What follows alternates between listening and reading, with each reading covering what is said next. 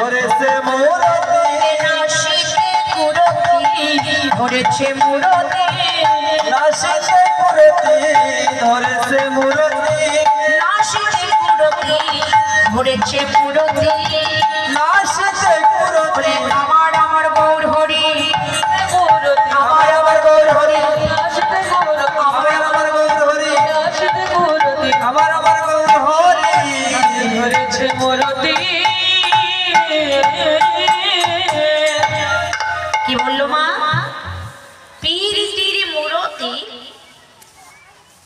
রূপ স্বরূপ ধর ওই ছন পতি ধর। হরে কৃষ্ণ। আজ আমার প্রেমের ঠাকুর গৌর আজ প্রেমের মূর্তিখানা ধারণ করেছে।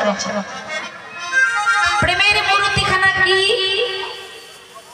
চৈতন্য চরিতামৃতে বললে রাধা কৃষ্ণ দুই আত্মা একটি দেহ ধরি অনন্যে বিলাস রস আস্বাদন করি দুই দেহ এক করে আমার চৈতন্য গোসাই ভাব রস আস্বাদিতে দোনো হইল এক।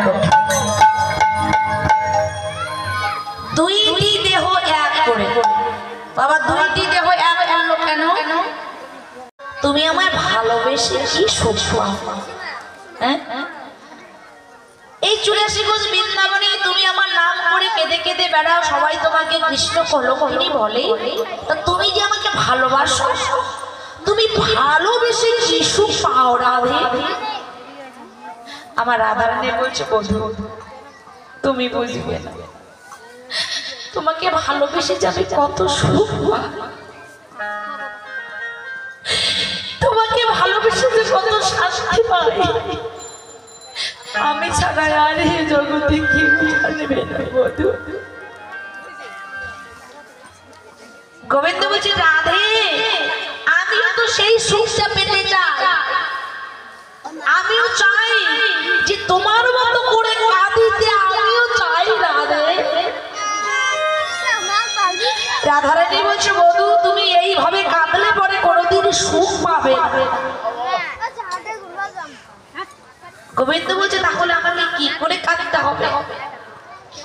যেদিন তুমি ভক্ত হবে, যেদিন তুমি ভক্ত হয়ে তোমার মুখে তুমি কৃষ্ণ নাম করবে,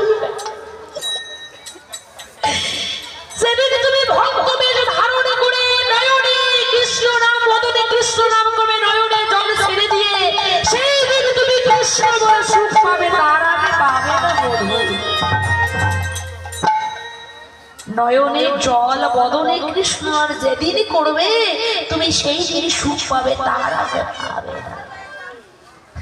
গোবিন্দ বলছে করতে তো চাই কিন্তু আমার এ জন্মে হবে না, আমি এই জন্মে তো পাবো না। আমি এই লীলা সমাপ্ত করে আমি যেদিন নদিয়ায় যাব,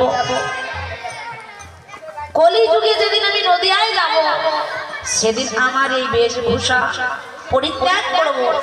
রাধারানী বলছে বধূ তোমার কমল অঙ্গুলে আঘাত লাগলে আমি সহিতে পারবো না, যদি তুমি যাও আমাকে সঙ্গে করে নিয়ে যেও, তুমি থাকবে ভিতরে আমাকে রাখবে বাইরে, যত দুঃখ আছে যত যন্ত্রণা আছে আমায় যেন লাগে। তাই আজকে দুটি দেহ একত্রিত হলো, ভিতরে কেন বাইরে রাধা, দুই ভাব মিলে হলেন আমার গৌরাঙ্গ তনয়। আজকে দুটি ভাব একত্রিত